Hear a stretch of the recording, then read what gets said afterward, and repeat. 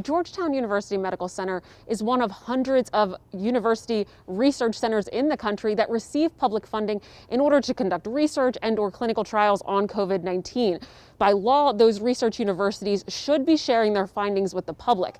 But a recent study found that that's not always the case, and it could impact how long you wait in order to get a vaccine. Our universities in our own backyards are using taxpayer funds to be able to create these vaccines. That means taxpayers and our patients need to have access to them. Dr. Reshma Ramachandra is on the board of UAEM, Universities Allied for Essential Medicines. It's a student-led group that holds research universities accountable for making public the research they conduct using public funding. This concept of vaccine diplomacy, what does this mean for Jill Smith, who's watching this, whose grandmom has been trying to get the vaccine, or whose mom has been trying to get the vaccine and couldn't?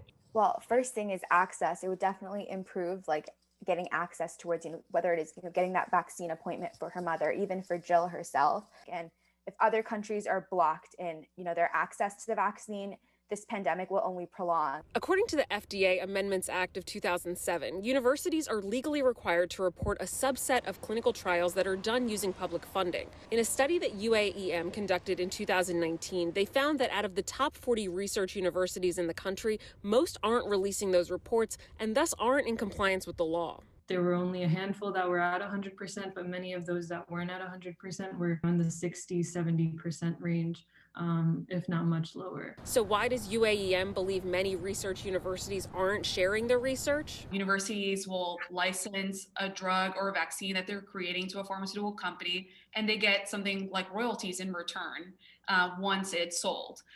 So universities do benefit financially from that.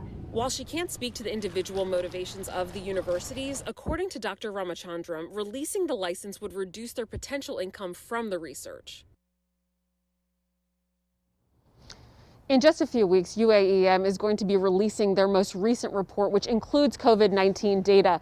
They said they've seen an improvement in transparency, but when it comes to the lack of vaccine diplomacy, they say that's really what's having an impact, and they say it's limiting, Larry, the amount of vaccine production as well as distribution in the country.